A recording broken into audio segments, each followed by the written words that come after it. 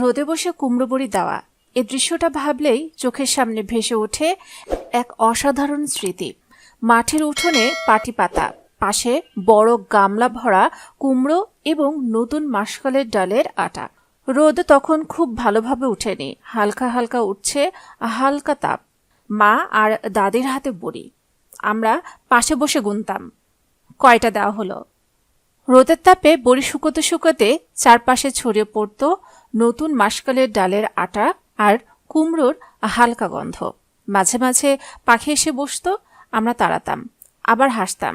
কাজের ফাঁকেই গল্প, স্মৃতি আর নির্ভার সময়। সন্ধ্যার আগে বড়ি তুলে নিলে মনে হতো বড় কিছু অর্জন করেছে।